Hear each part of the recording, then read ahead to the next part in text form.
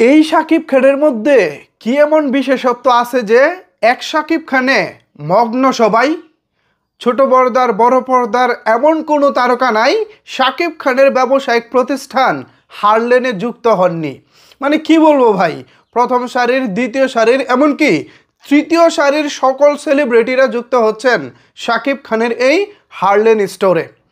প্রত্যেকটা হারলেন স্টোরের অনুষ্ঠান যেন তারকাদের মিলন মেলায় পরিণত হচ্ছে। আর এসব দেখে নিন্দুকেরা ভাবছেন এই শাকিব খানে আছে কি ভাই, যার জন্য তার পিছে সবাই ছুটে যাচ্ছে?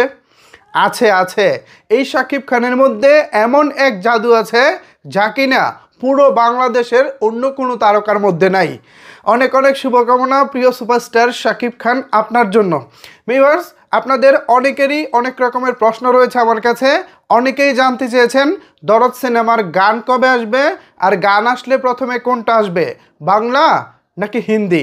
এছাড়াও অনেকেই জানতে চেয়েছেন তুফান 2 সিনেমার শুটিং কবে শুরু হবে। এরকম বেশ কিছু প্রশ্ন আপনাদের পক্ষ থেকে রয়েছে। সো চলেন একে একে আপনাদের প্রশ্নগুলোর উত্তর দিতে থাকি। আমি শুরুতেই আলোচনা করব তুফান 2 সিনেমা নিয়ে। আজকে একটি পত্রিকা তুফান 2 সিনেমা নিয়ে মোটামুটি একটু আলোচনা করেছে। সেখানে তারা বলেছে রায়হান রাফির বরাত দিয়ে আগামী 2 মাসের মধ্যেই শুরু হতে যাচ্ছে বহুল আলোচিত তুফান 2 সিনেমার শুটিং। এখানে আরও বড় আঙ্গিকে, আরও বড় চমক নিয়ে তুফান 2 আসছে আমাদের সামনে। যতটুকু জানা গিয়েছে কলকাতা থেকে প্রথম সারির আরও বেশ কিছু তারকাকে তুফান 2-এ যুক্ত করা হবে। এছাড়া আমরা মিমি চক্রবর্তীর যে ঝলকটা তুফান 1-এ দেখেছি, সেই মিমি চক্রবর্তীকে নাকি আরও ভয়ঙ্কর রূপে আমরা তুফান 2-এ পাবো। অলরেডি আমরা যারা তুফান দেখেছি আমরা জানি মিমি কিন্তু একটা গ্যারাকলে আছে। মেন যে তুফান, সেই তুফানের সঙ্গে কিন্তু সে একটা বিট্রে করেছে, সে একটা বাটপারি করেছে। মেন শাকিব খানকে পুলিশের হাতে তুলে দিয়ে শান্তকে বাঁচিয়ে দুবাই পাঠিয়ে দেওয়ার যে ব্যাপারটা, আমি আর কিছু বলবো না, যেহেতু সিনেমাটা এখনও হলে চলছে, সুতরাং কিছুটা সাসপেন্স থাকুক। আমি বলে দিলে আবার অনেকে বলবেন ভাই কি দরকার ছিল এতটুকু বলে দেওয়ার। সো ওই যে একটা গ্যারাকলে পড়ে যাওয়া মিমি কিন্তু জানে না যে অরিজিনাল তুফান বেঁচে আছে। আর কিছু বললাম না। সো এই মিমিকে তুফান কি ছেড়ে দিবে বলে আপনার মনে হয়? আমি কিন্তু মনে করতেছি না ভাই। তুফান যে হিংস্র, তুফান যে ভয়ঙ্কর, এ তুফান নিশ্চয়ই মিমিকে ছাড়বে না।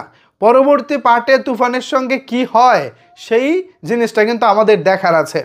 সো দারুণ কিছু হবে এবং আগামী 2 মাসের মধ্যে শুটিং শুরু হবে, এই ধরনের একটা কথা বলা হচ্ছে। বাট আমার কাছে কেন জানি মনে হচ্ছে এই 2 মাসে শুরু না হলেও হতে পারে, কিছুটা পিছিয়ে যেতে পারে। তার আগে শাকিব খান অন্য আরেকটি সিনেমার শুটিং করবেন, এমন আলোচনাটা কিন্তু মার্কেটে চলছে। জাস্ট অফিসিয়াল ঘোষণাটার বাকি। আবার যদি এমন হয় যে না, ওই সিনেমা শাকিব খান করলই না, মানে যে সিনেমাটার আলোচনা চলতেছে ওইটা না করে শাকিব খান আবার তুফান করতেছে, তাহলে ঠিক আছে, আর কিছু বলার নাই। তো যাই হোক, এটা ছিল তুফানের আপডেট। এর পরবর্তীতে রয়েছে দরদের আপডেট। দরদের আপডেটে হচ্ছে আপনারা যেটা জানেন যে মামুন ভাই কিছুদিন আগে ফেসবুকে একটি ছোট্ট পোস্টের মাধ্যমে বলেছেন জুলাই মাসের 15 তারিখ থেকে তারা অফিসিয়াল প্রচারণা শুরু করবেন এবং তখন থেকে 1.5 থেকে 2 মাস টানা লাগাতার দরদের প্রমোশন করা হবে। দরদের প্রমোশনে এমন এমন অভিনব কিছু কায়দা মামুন ভাই যুক্ত করতে যাচ্ছেন যা কিনা বাংলাদেশের চলচ্চিত্রের ইতিহাসে এর আগে কোনোদিন হয়নি। সুতরাং সাকিবিয়ানরা বুঝতেই পারছেন দরদের এই বিশাল চমক শুরু হবে আগামী 15 তারিখের পর থেকে অথবা 15 তারিখ থেকে। সো মামুন ভাইয়ের কমিটমেন্ট অনুযায়ী যদি না নড়চড় হয় আর কি, মানুষটা যেহেতু মামুন ভাই এবং তিনি মাঝে মধ্যেই কমিটমেন্ট ফেল করে, সেই জায়গাটা মাথায় রেখেই তারপরও বলতেছি তিনি যদি কমিটমেন্ট ফেল না করে তাহলে 15 তারিখ থেকে আমরা একটা জাঁকজমকপূর্ণ প্রচারণা দেখতে পাবো। এছাড়া অনেকেই জানতে চেয়েছেন ভাই প্রথমে কি দরদ সিনেমার বাংলা গান আসবে নাকি হিন্দি গান আসবে? তো এটাও মামুন ভাইয়ের কমিটমেন্ট অনুযায়ী তিনি আগে বলেছিলেন যে প্রথমে হিন্দি গান দেওয়া হবে।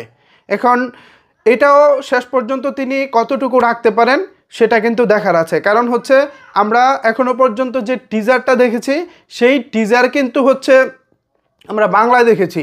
সুতরাং মামুন ভাই যদি হিন্দিতেই সব কিছু শুরুতে দিতে চাইতো তাহলে কিন্তু টিজারটা হিন্দিতে দিত। এখানেই কিন্তু একটা বড় প্রশ্ন থেকে যায়।